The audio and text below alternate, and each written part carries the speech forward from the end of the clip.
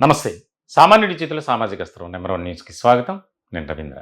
ఆంధ్రప్రదేశ్లో రాజకీయ పరిణామాలు కాస్త వేగంగా మారుతున్నాయి అని చెప్పడంలో ఎలాంటి సందేహం లేదు. ఎందుకు ఈ పదం వాడాల్సి వచ్చింది అంటే, ప్రస్తుతం జనసేనలో ఒక చర్చ జరుగుతుంది. అదేంటంటే, జనసేనలో ఉన్నటువంటి నాయకులకు కానీ, పార్టీకి కానీ సరైనటువంటి గౌరవం దక్కడం లేదు కూటమి ప్రభుత్వంలో. వారి ఆవేదన ఆ విధంగా ఉంది. మరోపక్క జనసేన మాకెంతో ముఖ్యమైనటువంటి పార్టీ, పవన్ కళ్యాణ్ వల్లే కూటమి అధికారంలోకి వచ్చింది అని తెలుగుదేశం పార్టీ శ్రేణులు చర్చించుకుంటున్నారు. కానీ అది కేవలం మాటల వరకే. ఆ అభిమానాన్ని కానీ, ఆ గౌరవాన్ని కానీ ఎక్కడా కూడా చేతల్లో చూపించట్లేదు అనేది ప్రధానమైనటువంటి అసంతృప్తి, వ్యతిరేకతగా మారింది. దీనికి అనేక కారణాలు ఉన్నాయి. తాజాగా జరిగినటువంటి ఒక ఇన్సిడెంట్, రైల్వే కోడూరుకు సంబంధించినటువంటి జనసేన ఎమ్మెల్యేపై ఒక మహిళ చేసినటువంటి ఆరోపణలు ఇంకా నడుస్తుంది, వేడివేడిగానే ఉంది అది హాటాటుగా. ఇటువంటి తరుణంలో జనసేన కూడా 3 మెన్ కమిటీని వేసింది, అది విచారించాలి అని చెప్పి. అప్పటి వరకు అధికారికంగా ఎలాంటి కార్యక్రమాల్లో పాల్గొనకూడదు అని ఎమ్మెల్యేకి ఆదేశాలు జారీ చేశారు.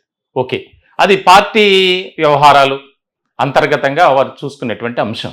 అయితే ఇలాంటి సందర్భంలో పార్టీలో సీనియర్ నాయకులుగా ఉన్నటువంటి బొలిశెట్టి సత్యనారాయణ, ఆయన చేసినటువంటి కామెంట్స్ ఇప్పుడు రాష్ట్ర రాజకీయ వర్గాల్లో ప్రధానంగా కూటమిలో విస్తృత స్థాయిలో చర్చ జరుగుతుంది. ఆయన పార్టీలో ఉన్నటువంటి పార్టీ నాయకులు కానీ, క్యాడర్ కానీ ఏ రకమైనటువంటి ఇబ్బందులు పడుతున్నారు అనే దాని మీద చాలా స్పష్టంగా మాట్లాడారు, ఓపెన్ అయ్యారు. అంటే పార్టీ అధినేత పవన్ కళ్యాణ్ అనుమతి లేకుండా అలా ఆయన మాట్లాడరు. ఇది ప్రధానమైనటువంటి అంశం. నిజంగా అసలు కూటమిలో జనసేనలో అసంతృప్తి ఉందా అంటే అది ఖచ్చితంగా ఉందనే చెప్పాలి. దీనికి రకరకాల కారణాలు ఉన్నాయి. ముఖ్యంగా నామినేటెడ్ పోస్టుల విషయంలో పొత్తు ధర్మాన్ని పాటించట్లేదు. 60-30-10 దీనికి సంబంధించి ఆ రకమైనటువంటి ఒక అంశాన్ని ఆయన లేవనెత్తారు. ఎక్కడా కూడా త్యాగం చేసినటువంటి జన సైనికులకు సరైనటువంటి గౌరవం దక్కడం లేదు అనేది మరొక ముఖ్యమైనటువంటి పాయింట్. ఓవరాల్గా ఇదే కంటిన్యూ అయితే పోరాటం చేయాల్సి వచ్చే పరిస్థితి ఏర్పడుతుంది. ఇది చాలా ముఖ్యమైనటువంటి పాయింట్గా మనం చూడాలి. అసలు రాష్ట్రంలో కూటమి జత కట్టడానికి అంటే ఎన్నికలకు ముందు జరిగినటువంటి పరిణామాలు ఒక్కసారి మనం గుర్తు చేసుకోవాలి. ఆయా కేసుల్లో ప్రధానంగా నిందితుడిగా ఆయన చేరారు. దీనికి సంబంధించి ఆయన అరెస్ట్ చేశారు. ఇలాంటి తరుణంలో పవన్ కళ్యాణ్ తీసుకున్నటువంటి స్టాండ్ ఏంటి అంటే, ఆయన హుటాహుటిన పోలీసులు ఎన్ని అడ్డంకులు కానీ, ఎన్ని ఇబ్బందులు పెట్టినా సరే వాటిని తట్టుకుంటూ, ఎదుర్కొంటూ ముందుకు వెళ్ళారు. రాజమండ్రి సెంట్రల్ జైల్లో ఆయన పరామర్శించారు. పరామర్శించినటువంటి సందర్భంలో ఆయన బయటకు వచ్చి మాట్లాడారు, మేము కూటమిగా ఏర్పడుతున్నాం అని చెప్పి. దీనికి సంబంధించి తెలుగుదేశం పార్టీ నాయకులే షాక్ అయ్యారు. ఆయన మాట్లాడినటువంటి సందర్భంలో కుటుంబ సభ్యులే పక్కన ఉన్నారు. ఒక ఆయన నందమూరి బాలకృష్ణ, మరోపక్క కుమారుడు నారా లోకేష్ జైలు బయటకు వచ్చిన తర్వాత మాట్లాడారు. మరి ఈ తరుణంలో ఇలాంటి పరిస్థితుల్లో రాజకీయంగా ఎన్ని మార్పులు జరిగాయి, సమీకరణాలు చోటు చేసుకున్నాయనేది మనందరికీ తెలుసు. ఇటువంటి సందర్భంలో మరి కూటమి ఘన విజయం సాధించిన తదుపరి పొత్తు ధర్మాన్ని పాటిస్తుందా తెలుగుదేశం పార్టీ? అధినేత మౌనంగా ఉన్నప్పటికీ దాన్ని చేతకానితనంగా తెలుగుదేశం పార్టీ భావిస్తుంది అనేది ఇప్పుడు తీవ్రమైనటువంటి అసంతృప్తి స్పష్టంగా కనిపిస్తుంది. ఇలాంటి తరుణంలో బొలిశెట్టి సత్యనారాయణ ఆయన మాట్లాడారు. చాలా కీలకమైనటువంటి వ్యాఖ్యలు చేశారు.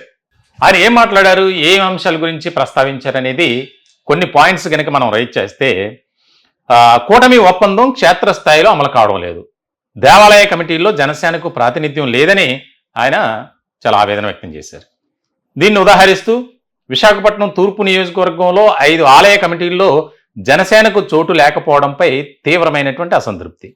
30% రిజర్వేషన్ అమలు కావడం లేదన్నారు. కార్యకర్తలు, వీర మహిళలు నిరుత్సాహంతో ఉన్నారు. కూటమి ధర్మాన్ని పాటించట్లేదు. అలాగే స్థానిక ఎన్నికలకు ముందు జోక్యం అవసరమని, రాబోయేది స్థానిక సంస్థల ఎన్నికలు చాలా ముఖ్యమైనటువంటి అంశం. సార్వత్రిక ఎన్నికల కంటే గ్రామాల్లో జరిగేటటువంటి స్థానిక సంస్థల ఎన్నికలు అంతకు మించి అన్నట్లు జరుగుతాయి. మనందరికీ తెలుసు గ్రామాల్లో ఏ రకమైనటువంటి వాతావరణం ఉంటుందనేది. అదొక కోలాహలం, అది పండుగ వాతావరణం ఏర్పడుతుంది. రాబోయే స్థానిక సంస్థల ఎన్నికలు 2029 ఎన్నికల్లో తిరిగి అధికారంలోకి రావాలంటే అనుకున్న ఒప్పందం జాయింట్ అగ్రిమెంట్ అమలు జరగాలి. పదవుల విషయంలో 60-30-10 అది అమలు జరగాలి. ఇలా అని చెప్పి జనసేన పార్టీలో పదవులు వచ్చిన వారికి జనసేన అనే పేరు పెట్టారు తప్ప వాళ్ళు ఎక్కడ పార్టీ కోసం పనిచేయట్లేదు అని ఆయన ఆవేదన వ్యక్తం చేసినటువంటి పరిస్థితి. నమస్తే అండి. కూటమిలో అన్ని పార్టీల నాయకులకి, అన్ని పార్టీల కార్యకర్తలకి, ముఖ్యంగా జనసేన పార్టీ పేరు మహిళలకి, అలాగే జన సైనికులకి కూడా నా శుభాకాంక్షలు, నూతన సంవత్సర శుభాకాంక్షలు. కాస్త లేట్ అయినా సరే, ఇప్పుడు కూటమి స్ఫూర్తి గురించి, కూటమి స్ఫూర్తికి విఘాతం కలిగే పరిస్థితి గురించి నేను కాస్త బహిరంగంగానే చర్చించాలనుకున్నాను. ఎందుకంటే ఇది నార్మల్గా అంతర్గతంగా చర్చించాల్సిన విషయం అయినప్పటికీ, ఎందుకంటే అధినాయకత్వానికి క్షేత్రస్థాయిలో జరుగుతున్న విషయాలు అటు చంద్రబాబు నాయుడు గారికి కానీ, ఇటు పవన్ కళ్యాణ్ గారికి కానీ, లేదంటే బీజేపీ మాధవ్ గారికి కానీ కొన్ని విషయాలు క్షేత్రస్థాయిలో జరుగుతున్నది నా ద్వారా నేను వారికి తెలియజేస్తున్నాను. మొట్టమొదటిది 2024 ఎన్నికల్లో పవన్ కళ్యాణ్ గారి దూరదృష్టి వ్యూహం వల్ల ఆయన రాజమండ్రి జైలుకు వెళ్ళడం, చంద్రబాబు నాయుడు గారికి మద్దతు పలకడం, పైకి రావడం, కలిసి పోటీ చేస్తానడం, అలాగే బీజేపీని కూడా కలుపుకొని వెళ్ళడం, ఇవన్నీ చేసిన తర్వాత ఓట్లు చేయకుండా అనూహ్యమైన విజయాన్ని ఎవరు ఊహించండి. 151 చాలా ఎక్కువ అనుకుంటే 164 సీట్లు, అవి కూడా ఆ 11 సీట్లు కూడా కొన్ని పొరపాట్ల వల్ల పోయినాయి తప్ప రాత్రి 175 సీట్లు వచ్చే పరిస్థితి. ఆ పరిస్థితికి కారణం పవన్ కళ్యాణ్ గారి చొరవ, చంద్రబాబు నాయుడు గారి దూరదృష్టి, అలాగే మోడీ గారి నాయకత్వం అన్ని కలిసి వచ్చాయి. అయితే అది ఈ రానున్న స్థానిక ఎన్నికల్లో కానీ, రాకపోతే 2029 అసెంబ్లీ పార్లమెంట్ ఎన్నికల్లో కానీ మళ్ళీ రిపీట్ అవ్వాలంటే మనం అనుకున్న ఒప్పందం joint agreement has to be implemented at the grass root level. క్షేత్ర స్థాయిలో మనం అనుకున్నవి అమలు జరగాలి. ఏమనుకున్నాం మనం?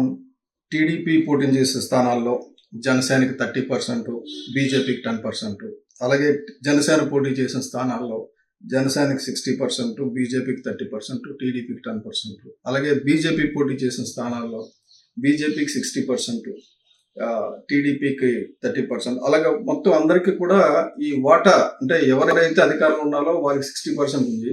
అక్కడ ఎమ్మెల్యే అధికారం లేని దగ్గర కూడా కార్యకర్తలు బలపడాలంటే వాళ్ళకి ఎంతో కొంత పవర్ కావాలనే ఉద్దేశంతో 30% జనసేనకి, 10% బీజేపీకి ఇవ్వాలని తీర్మానించుకున్నాం. ఇది క్షేత్రస్థాయిలో అమలవుతున్నట్టు కూడా కనబడుతుంది. ఎందుకంటే పవన్ కళ్యాణ్ గారు పదవి బాధ్యత అని పెట్టినప్పుడు కూడా 3400 మంది పోస్టులు వచ్చాయంటే మాకు ఆశ్చర్యం వేసింది. ఎంతమందికి వచ్చినాయా అని. నిజంగా సంతోషం వస్తే.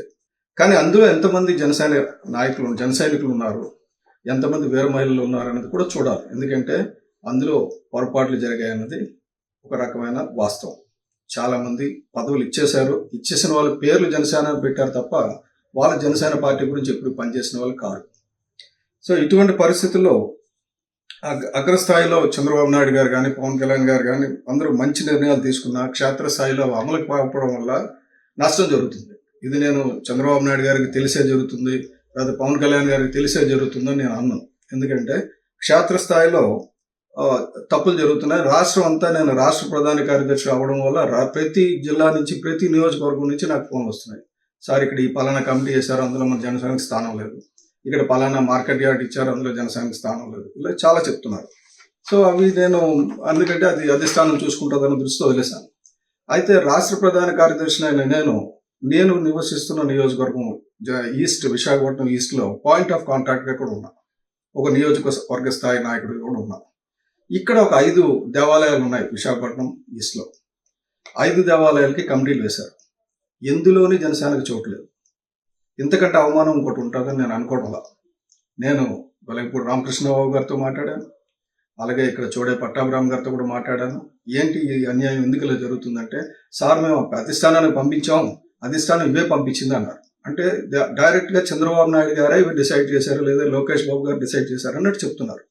నిజంగా అది జరిగిందా అంటే నేను జరుగుతుందని నేను అనుకోను. ఎందుకంటే వాళ్ళిద్దరికీ పవన్ కళ్యాణ్ గారు అంటే అభిమానం ఉంది, వాళ్ళిద్దరికీ క్షేత్రస్థాయిలో అన్ని పార్టీలు కలిసి వెళ్ళాలని ఉంది. అయితే మరి నిన్న కరక చెట్టు పాలమంబ ఎవరైతే మత్స్యకార దేవత, మత్స్యకారు అందరూ కూడా ఉత్తరాంధ్రలోని మత్స్యకారులందరూ కూడా కరక చెట్టు పాలమంబ అంటే అత్యంత పవిత్రమైన గుడి, అత్యంత ప్రభావవంతమైన గుడి. ఆ దేవాలయానికి కమిటీలు నిన్న ప్రమాణ స్వీకారం చేసింది. నిన్న ప్రమాణ స్వీకారం చేసిన 11 మంది సభ్యుల్లో 10 మంది టీడీపీ, ఒక్కరు బీజేపీ, జనసేన 0. నేను ఎమ్మెల్యే గారిని అడిగాను, ఏంటి అంటే లేదండి ఇవ్వాలండి, మీకు తప్పు జరిగింది. తప్పు జరగడం ఏంటి, 30% అడిగారు, 3 సీట్లు ఇవ్వాలి కదా, 3 కాకపోతే 2 ఇవ్వాలి, 2 కాకపోతే 1 ఇవ్వాలి, 1 కూడా లేకుండా 0 అన్నది కరెక్ట్ కాదండి, ఇది నేను పైకి తీసుకెళ్తున్నాను అని కూడా చెప్పాను. వాళ్ళు చాలా మర్యాదగానే చెప్పారు. కానీ ఇదే పరిస్థితి ప్రతి చోట కొనసాగుతుందన్నది నాకు ఒక అనుమానం వచ్చి ఈ వీడియో పెడుతున్నాను. ఎక్కడైనా సరే క్షేత్రస్థాయిలో జనసేనకు రావాల్సిన 30% రాకపోతే డెఫినెట్గా మీరు అక్కడ స్థానిక నాయకులను నిలదీయండి, అలాగే అధిష్టానానికి తెలియజేయండి. ఎందుకంటే అప్పుడే మనకి 2029లో కానీ లేకపోతే ఇప్పుడు రానున్న లోకల్ బాడీ ఎన్నికల్లో కానీ మనకి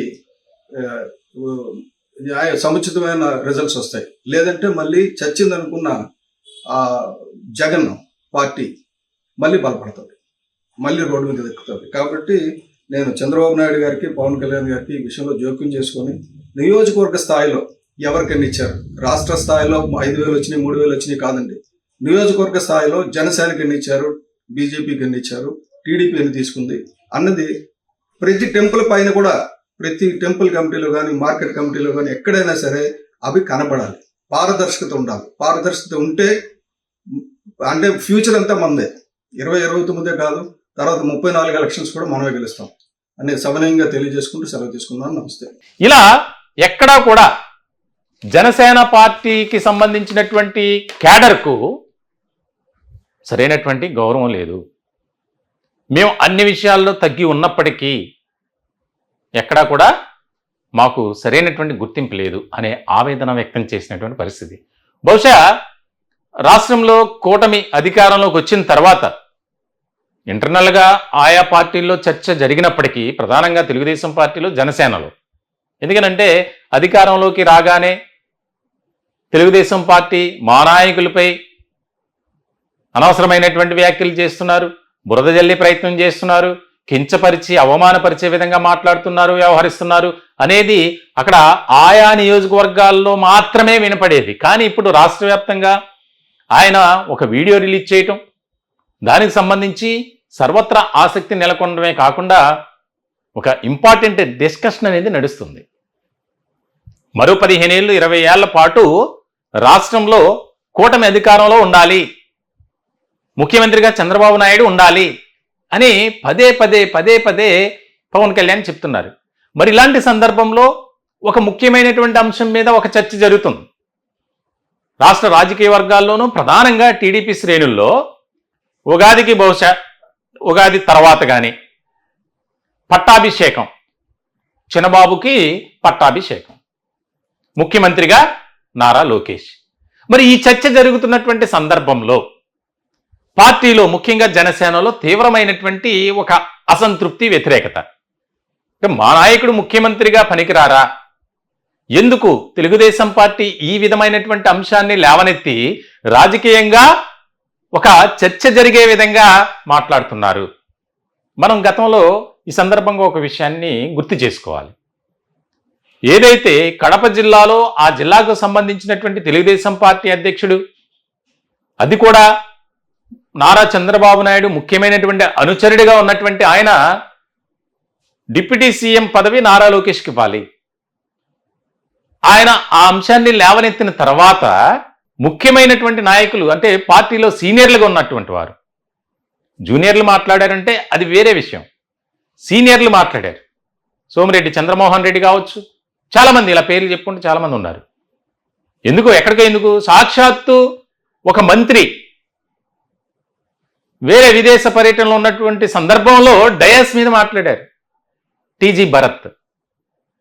మరి ఆ అంశాలు అంటే తెలుగుదేశం పార్టీలో ఎప్పటి నుంచో ఈ రకమైనటువంటి విధానం ఉంది. అందుకే ఎక్కడికి వెళ్ళినా తండ్రి కొడుకులు వెళ్తున్నారు అనేది ఒక చర్చ జరుగుతుంది. ఇది మేము కావాలనే మేము మాట్లాడేది కాదు. రాష్ట్ర రాజకీయ వర్గాల్లో ప్రధానంగా తెలుగుదేశం పార్టీ, జనసేనలో జరుగుతున్నటువంటి చర్చను మాత్రమే మీ దృష్టికి తీసుకురావడం జరుగుతుంది. అంటే ఈ విధంగా జరుగుతుందని తెలియజేయాలనే ఉద్దేశం మాత్రమే. సో ఇలాంటి సందర్భంలో మరి ఏ రకమైనటువంటి పరిణామాలు చోటు చేసుకుంటాయి? ఇదే విధానం కొనసాగితే రెండు పార్టీలకు, ప్రధానంగా కూటమికి చాలా నష్టం వాటిల్లే అవకాశం ఉంటుంది. ఎందుకంటే ఒక ముఖ్య ఉద్దేశంతో, ఒక ఆలోచనతో కూటమి ఏర్పడాలి, పొత్తు ధర్మాన్ని పాటించాలి. దానికి సంబంధించి సీట్ల ఒప్పందం విషయంలో కూడా ఎన్నో రకాల తర్జన భర్జన. కాపు సామాజిక వర్గానికి సంబంధించినటువంటి పెద్ద పెద్ద నాయకులంతా లేఖలు రిలీజ్ చేశారు. నీకు సీఎం పదవి అవసరం లేదా? కాపు సామాజిక వర్గాన్ని తాకట్టు పెడుతున్నావు, కేవలం 20-21 సీట్లకే పరిమితం కావాల్సి వస్తుందా? అంటే జనసేనలో కేడర్ లేదా? నాయకులు లేరా? కష్టపడి పనిచేసేటువంటి వారు లేరా అని రెచ్చగొట్టే విధంగా ప్రయత్నాలు చేశారు. అయినా సరే జనసేనని, పవన్ కళ్యాణ్ ఎప్పుడు కూడా వెనుదిరగల, వెనకడుగు వేయల. దానికి ముఖ్యమైనటువంటి కారణం ఏంటంటే రాష్ట్ర ప్రయోజనాలే నాకు ముఖ్యం, నాకు పదవులు ముఖ్యం కాదు అని చాలా క్లియర్ కట్గా చెప్పేశారు. పార్టీ స్థాపించినప్పటి నుంచి నేను ఏ రోజు కూడా, ఏనాడు కూడా పదవులకు నేను ఆశించలేదు. ఆ దిశగా నేను వెళ్ళాలని కాదు. వాస్తవం అది. 2019 ఎన్నికల్లో ఆయన 2 చోట్ల పోటీ చేసి ఓడిపోయినప్పటికీ నెక్స్ట్ డేనే ఎవరైనా సరే, ఏ రాజకీయ నాయకుడైనా ఎన్నికల్లో ఓడిపోతే ఆ బాధను కాస్త మనసులో పెట్టుకుని మనస్తాపంతో, తీవ్రమైనటువంటి ఆవేదనతో ఇంటికే పరిమితం అవుతారు, లేదంటే పార్టీ కార్యాలయానికో. ఆయన అలా చేయలే. వెంటనే ప్రజల్లోకి వెళ్ళారు, ప్రజానాయకుడిగా గుర్తింపు తెచ్చుకున్నారు. మరి ఇలాంటి సందర్భంలో ప్రస్తుతం జరుగుతున్నటువంటి పరిణామాలు అంటే ఒక తక్కువ సామాజిక వర్గానికి సంబంధించినటువంటి వారిపై లేనిపోని ఒక ముద్ర వేసి ఆ అంశాన్ని తీసుకొని రాజకీయంగా మరింతగా మనం వాడుకోవాలి. మరి ఏ పార్టీలో, ముఖ్యమైనటువంటి పార్టీలో ఉన్నటువంటి నాయకులు, అగ్రవర్ణాలకు సంబంధించినటువంటి నాయకులు ఎవరు కూడా తప్పులు చేయట్లేదా? ఇది నా మాట కాదు, మా ఛానల్ ద్వారా మేము చెప్పేటువంటి మాట కాదు, జరుగుతున్నటువంటి చర్చ. అంటే ఇటువంటి అంశాల్లో ఒక మహిళా వేధింపులు అంశానికి కానీ, లైంగిక వేధింపుల అంశానికి కానీ, అలాగే అవినీతి అక్రమాలకు సంబంధించి ఒక కేవలం అట్టడుగు వర్గానికి సంబంధించినటువంటి నాయకులే, ప్రజాప్రతినిధులే గుర్తుకొస్తున్నారా? అంటే ఇంకెవరు లేరా? అందరూ కూడా నిజాయితీ పరుల అని చర్చ కూడా జరుగుతుంది రాష్ట్ర వ్యాప్తంగా. మరి ఇలాంటి సందర్భంలో ఏ రకమైనటువంటి పరిణామాలు ఉంటాయి? ఎట్లా ముందుకు వెళ్తారు? ఇక్కడ ఎందుకంటే చాలా మెచ్యూర్డ్గా రెండు పార్టీల నాయకులు ఆలోచన చేస్తున్నారు. కానీ కింది వర్గాలు ఉన్నటువంటి వారు నాయకులు ఉన్నారు, వారు మాత్రం వారు ఆలోచన విధానానికి భిన్నంగా వ్యవహరిస్తున్నారు, ప్రవర్తిస్తున్నారు అనేది. మరి దీన్ని ఏ విధంగా బ్యాలెన్స్ చేసుకుంటారనేది ఇక్కడ ముఖ్యమైనటువంటి పాయింట్. సాధారణంగా నారా చంద్రబాబు నాయుడు సుదీర్ఘకాలం రాజకీయ అనుభవం కలిగినటువంటి వ్యక్తి. పవన్ కళ్యాణ్ రాజకీయంగా అనుభవం లేనప్పటికీ ప్రజల కష్టాలను నేరుగా చూసినటువంటి వ్యక్తి పవన్ కళ్యాణ్.